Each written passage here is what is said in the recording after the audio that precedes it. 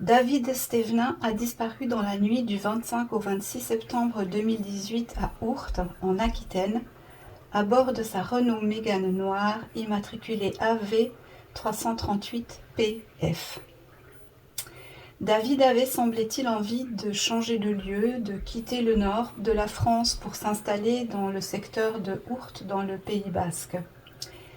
Il a alors logé chez un couple connu depuis peu. Alcoolisé, il y aurait eu une bagarre entre David et une personne avec laquelle il cohabitait chez ce couple. David serait alors parti avec son chien, un berger australien nommé Loshi, dans son véhicule, en n'emportant avec lui que son portefeuille. Alors, qu'est-il arrivé à David? C'est ce que nous allons tenter de découvrir maintenant, et c'est juste après ça.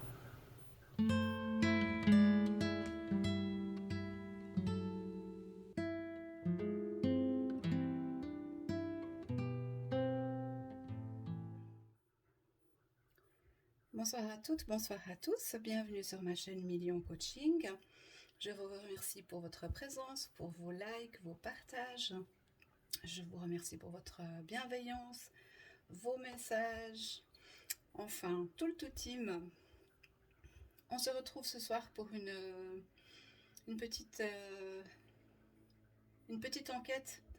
On va aller voir s'il est possible de sortir des éléments importants, ou en tout cas qui pourraient jouer un rôle dans la disparition de David Stevenin et de son chien Loshi. Alors, comme je l'ai dit en préambule, ça s'est passé en 2018, donc ça commence à faire un peu long. Beaucoup de recherches ont été entreprises, mais manifestement rien qui amène sur la piste de ce qui s'est réellement passé et où pourraient se trouver David et son chien, et bien sûr le véhicule. Alors, on va aller voir ça. J'espère que vous avez passé un bon dimanche, une belle journée.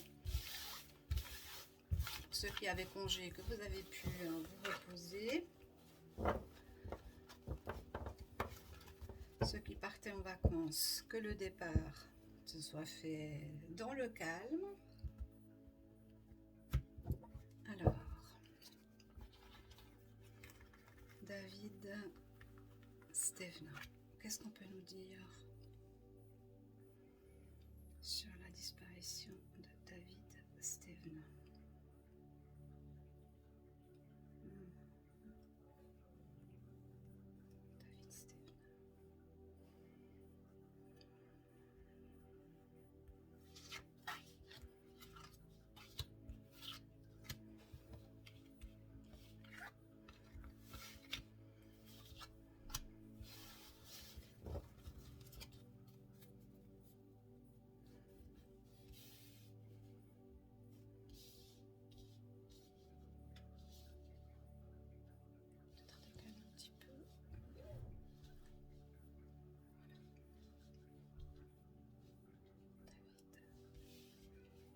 David Stevenin. David Stevenin.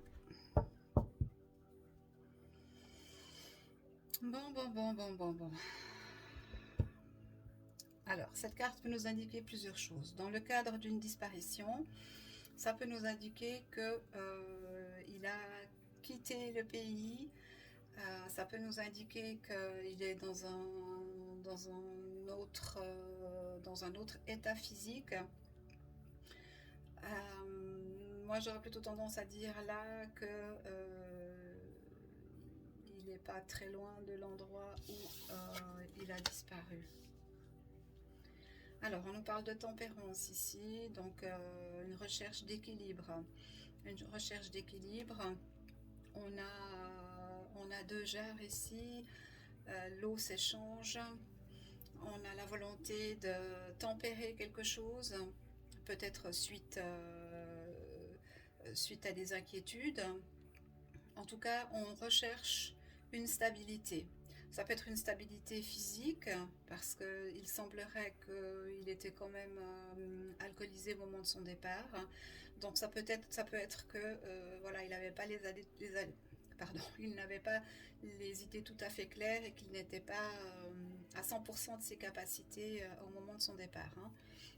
Mais ça peut aussi nous indiquer que peut-être, vu qu'il était à bord de son véhicule, il y a une recherche d'équilibre, c'est-à-dire que peut-être qu'il a navigué entre deux voies. C'est possible.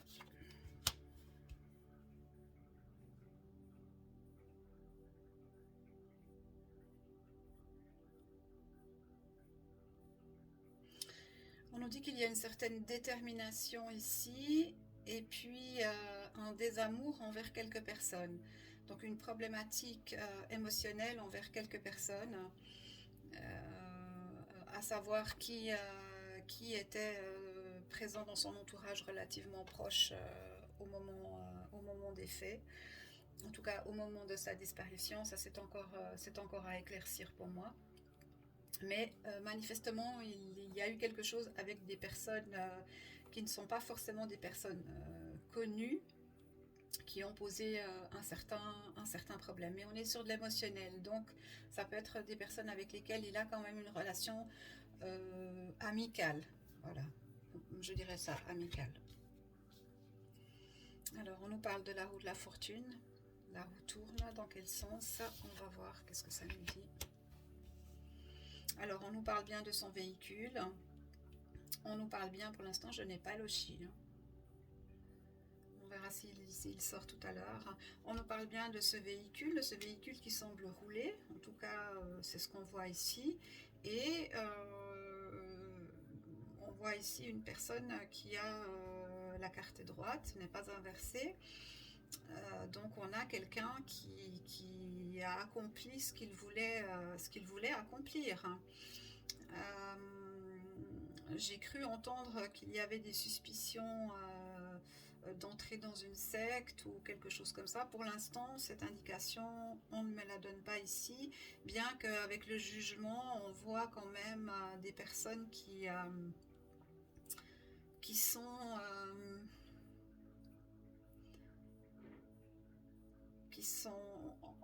attirées par un certain chant ou une certaine rhétorique, on pourrait dire ça comme ça, hein. Mais le véhicule là pour l'instant me semble rouler, c'est-à-dire qu'il n'est pas, de ce que je ressens ou ce que je vois ici, il n'est pas accidenté. Donc on va laisser le jeu s'ouvrir pour avoir un peu plus de détails.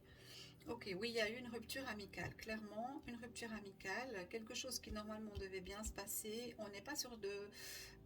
je pense pas qu'il y a ce soit une relation amoureuse ici à voir, mais on est plus sur une relation amicale qui s'est brisée, on peut dire ça comme ça, hein, mais qui devait normalement avoir un potentiel d'évolution très intéressant, en tout cas dans la pensée de David.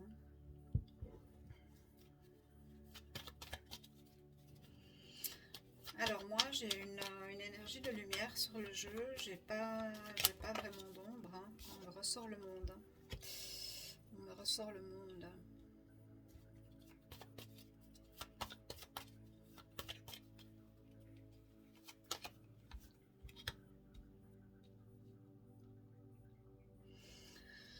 On nous parle d'étoiles, on nous parle de rêves, de choses qu'il voulait atteindre, qu'il avait dans ses pensées, des objectifs de vie peut-être, se rapprocher de l'eau, ça c'est possible, c'est tout à fait possible.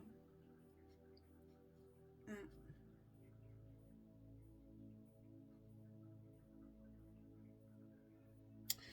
Mais s'il s'agissait d'un départ volontaire, c'est ce que le jeu donne l'impression ici. D'avoir claqué la porte pour différentes raisons et de s'en aller sans plus jamais se retourner en fait, en laissant derrière soi ou derrière lui sa vie.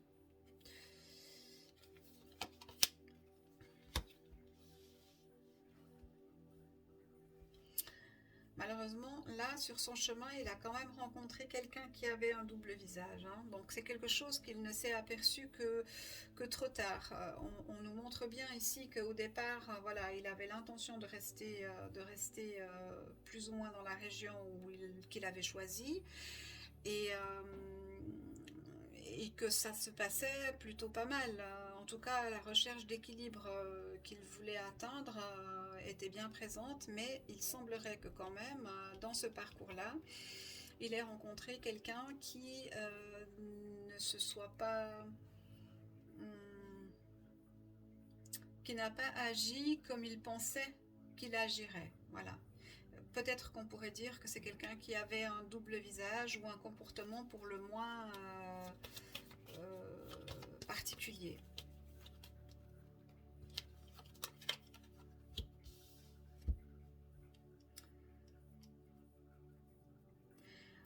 On nous parle ici du battleur. Le battleur, c'est la conception de projets et de choses comme ça, mais là, à cette position-là, et inversé, pour moi, ça indiquerait que ce qu'il a rêvé, ce qu'il a voulu faire, malheureusement, ne s'est pas passé comme ça devrait, comme ça aurait dû.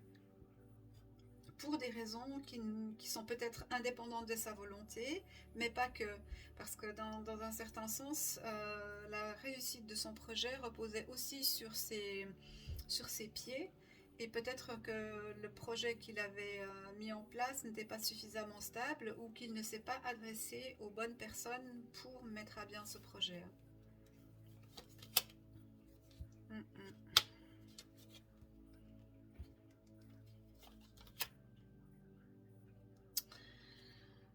Alors, c'est très étrange parce qu'au ressenti, je n'ai pas une... au ressenti, je ne le sens pas décédé. Mais ce qu'on m'indiquerait ici, c'est que finalement, l'endroit où il s'est trouvé avec deux personnes pendant un certain temps est devenu l'endroit soit qu'il a dû fuir physiquement, soit qu'il a dû fuir, que c'est là que sa vie a fui. Mais j'ai pas vraiment cette confirmation-là. Hein. Remarquez que le chien ne sort nulle part, c'est étrange. Alors effectivement, il y a eu non-lieu dans cette affaire, donc pour la justice, ben voilà, il n'y a pas matière à enquêter davantage. Alors est-ce que la justice aurait des informations et David n'aurait pas souhaité qu'elle soit transmise à sa famille, ce qui sous-entendrait que il a décidé de vraiment disparaître, bah ce serait pas tellement impossible. Hein. Ce serait pas tellement impossible. Hein.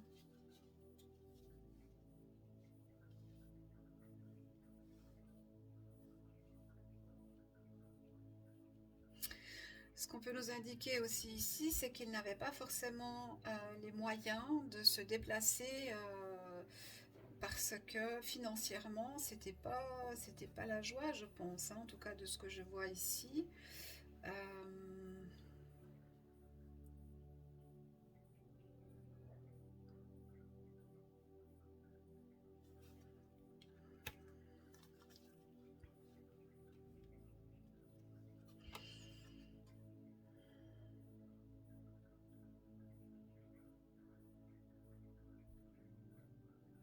Le fait que la papesse soit ici à l'envers m'indiquerait que la justice n'a pas d'informations. En tout cas, que si c'est une magistrate, qu'elle n'a pas d'informations. Donc ça amoindrirait l'hypothèse selon laquelle il l'aurait retrouvé, mais qu'il aurait refusé que cela soit dit à sa famille. Si elle avait été à l'endroit, je me disais, ouais, ça serait peut-être quand même une thèse qui est possible. Mais là, comme ça, pour moi, Alors j'ai bien un départ, j'ai bien la roue qui tourne, mais j'ai pas la roue qui tourne vers la mort par exemple, j'ai pas la roue qui tourne vers quelque chose de destructeur, j'ai la roue qui tourne vers un rêve, vers quelque chose qu'on souhaite vivre. Et moi je vois le véhicule qui roule toujours et que les choses ont l'air d'aller quoi. Qu'il a peut-être tourné le dos à certaines choses et voilà. Alors on va les demander avec un autre jeu, parce que du coup clairement si c'est une disparition volontaire, eh bien c'est son droit. Hein.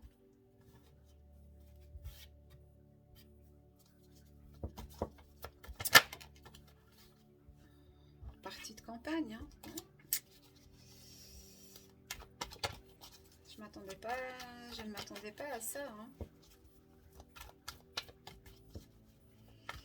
Alors je ne sais pas s'il parlait espagnol, moi j'ai une notion d'Amérique du Sud ici, mais je voudrais pas dire des bêtises sans avoir... qu'est-ce qu'on nous dit ici? La justice, ouais, ok. La justice qui a clos le dossier. Hein.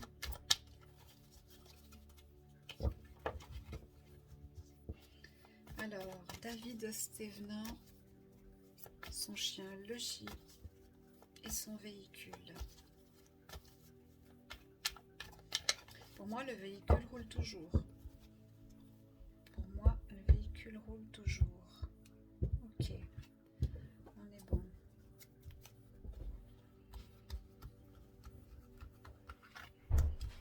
Alors, David Stevenin. Que s'est-il passé cette nuit du 25 au 26 septembre 2018 à Ourthe? Et David est-il toujours en vie quelque part? Ah, okay.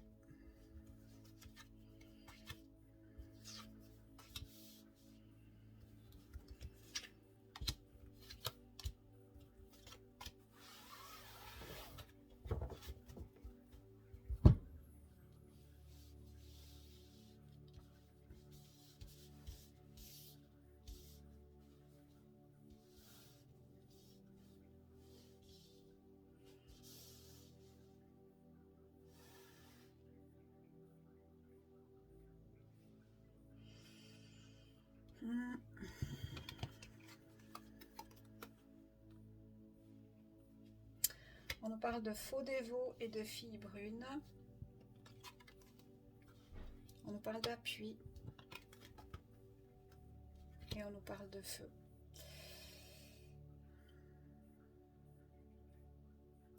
Alors moi, j'aimerais pas dire de bêtises. Hein. Il faut toujours rester mesuré. Moi, jusqu'à preuve du contraire, peut-être que ça va venir dans les cartes ici, mais pour moi, jusqu'à preuve du contraire, il n'est pas décédé, la voiture roule toujours et le chien jappe. Donc, pour ces raisons-là, je dirais qu'il est encore en vie. Moi, j'ai l'impression qu'on me parle d'Amérique du Sud.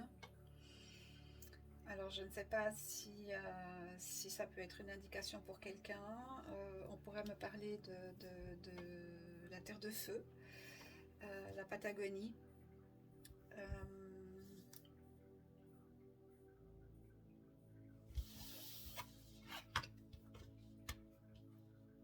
On nous dit qu'il y a eu dispute, qu'il y a eu bagarre et qu'il est parti sans rien. Mais qu'il avait la force en lui et qu'il l'a utilisée pour en faire quelque chose. Hein.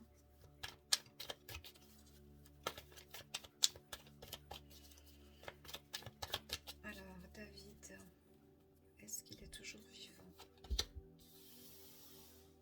On parle de jugement. Domestique. De partie de campagne.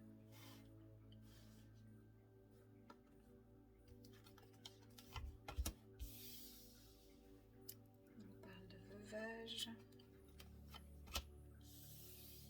Arrivé.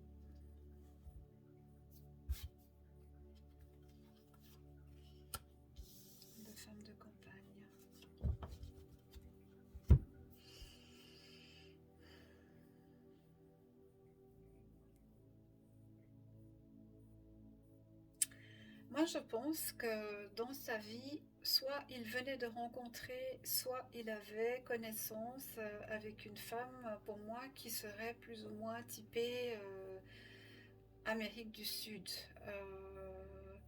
péruvienne, colombienne,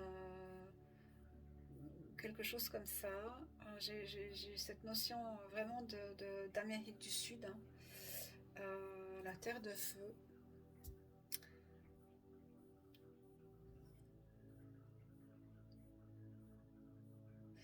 Ici, on nous parle de jugement, de domestique et de partie de campagne. Pour moi, il y a eu prise de décision à un instant T, alors qu'il se trouvait dans un environnement qui lui était proche, donc domestique, quelque chose qu'il connaissait, avec lequel il vivait. Et puis, partie de campagne, donc on s'en va, hein. On a quand même avec les bâtons ici la réflexion, l'intelligence, on a quelque chose qui s'élabore, des projets, des idées. On voit très bien que la situation, qu'il est parti sans rien, mais je pense que dans ce que je vois là, c'est pas quelque chose qui lui faisait peur. Il se sentait tout à fait capable de gérer ça, d'autant que moi j'ai quand même une femme qui se trouve dans son tirage. C'est pas quelqu'un qui forcément il connaissait depuis très longtemps. Je pense pas que ce soit quelqu'un, peut-être sur les réseaux sociaux, il l'a rencontré et il a décidé de partir le rejoindre.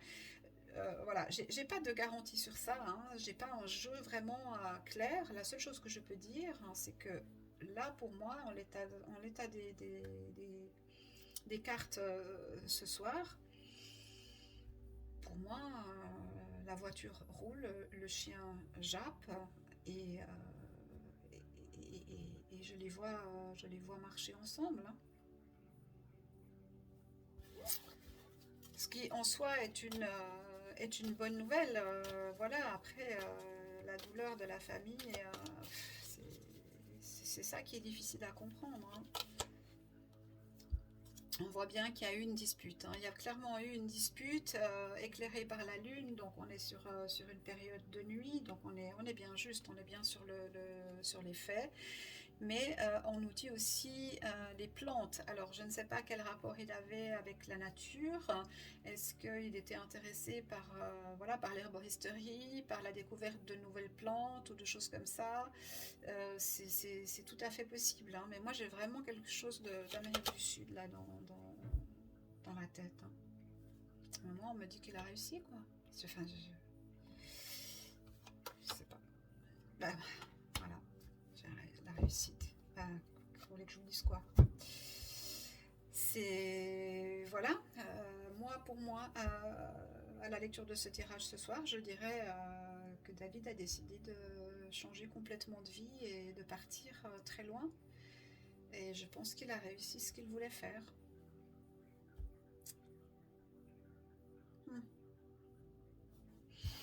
Intéressant. Bon, on va aller demander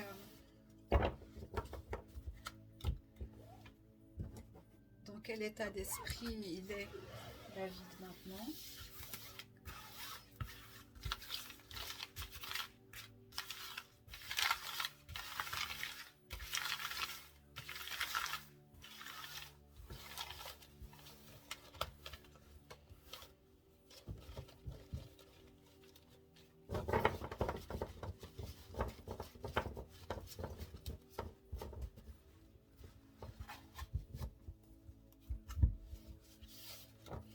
Mais est-ce il a trempé dans quelque chose et pour cette raison, il ne veut plus revenir en France? Je sais pas, moi j'ai pas vraiment l'impression qu'il y ait du trafic ou quoi que ce soit, hein. J'ai l'impression qu'il a vraiment fait ça, que c'était son projet de vie et qu'il l'a réalisé, hein. Alors, voilà, je ne vais pas descendre. On va faire comme ça. Elles sont très épaisses ces cartes, hein. Parfois difficiles à manier, mais elles sont tellement belles. Alors, David Stevenin, dans quel état d'esprit te trouves-tu actuellement? Ouais, il y a un peu des doutes, ça c'est ce que j'ai ressenti. Les années passant, alors plus que le doute, c'est le chagrin qui a été causé à sa famille, hein. Je pense qu'on est plus sur quelque chose de... Ouais. C'est comme s'il il avait réalisé son rêve et qu'il prenait maintenant conscience que son rêve a des implications et que voilà, une certaine forme de manque se met en place. Ouais. Alors moi je dirais, sans vouloir donner de faux espoirs, vraiment, ce serait à revérifier dans quelques mois. Mais moi, je pense qu'il a l'intention de donner des nouvelles prochainement et de demander pardon pour ce qu'il a fait. Mais peut-être qu'il s'est trouvé coincé dans une situation de laquelle il ne savait pas comment s'extirper. Ça, c'est possible, hein. Et oui, il se trouve face à des choix ou il s'est trouvé face à des choix. Mais comme je demande dans quel état d'esprit il est maintenant, je dirais qu'il est en train de se poser des questions, il réfléchit. Et il pèse le pour et le contre. Est-ce que si je reviens, est-ce que je risque peut-être quelque chose d'avoir disparu si longtemps, voilà. Est-ce que si je reviens, je vais être accueillie à bras ouverts, ou bien est-ce que ma famille va me rejeter parce que voilà, enfin toutes les questions qui peuvent se poser dans ce genre de situation. Alors, David Steven. Eh oui, la réconciliation. Bon, écoutez, moi je pense que je vais terminer sur une note assez positive, hein. Je pensais que je tomberais sur quelque chose de trash de nouveau, mais finalement même pas. Donc c'est un choix de vie, c'est à lui, c'est à respecter. On va prendre une phrase du petit oracle victorien. Je trouve tellement beau cet oracle. Je sais pas qui c'est qui l'a fait. Eve Corrigan. Magnifique. Alors, une carte pour David Stevenin. David Stevenin, qui a disparu la nuit du 25 au 26 septembre 2018 avec son chien, le chien.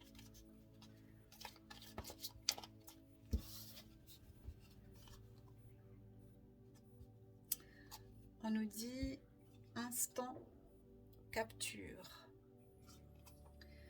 Le bonheur est à chaque instant. Si tu ressens maintenant la liesse du vivant, tu pourras le conjuguer à tous les temps.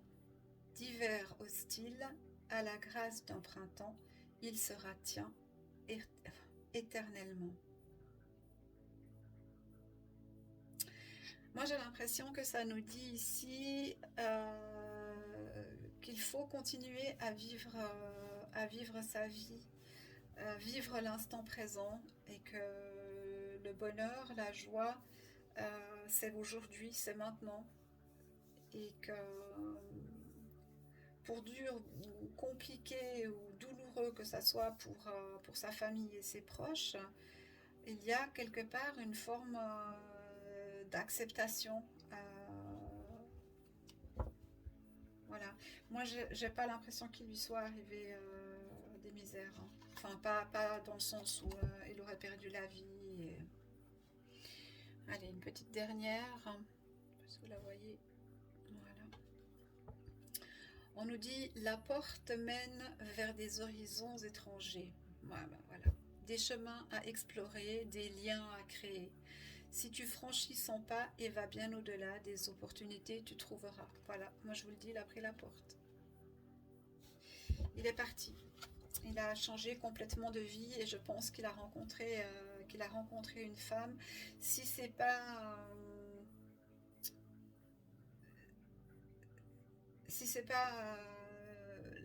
l'Amérique du Sud, en tout cas c'est quelque part où on parle espagnol. Voilà, ça pour moi c'est clair. Mais avec la carte du feu tout à l'heure, l'Amérique du Sud, donc la terre de feu, Et le visage de la femme que j'ai devant les yeux, j'aurais tendance à dire quelqu'un de typé, voilà, Pérou, Équateur, ou voilà, je sais pas, dans ces zones-là. Pas le Brésil. Pas le Brésil.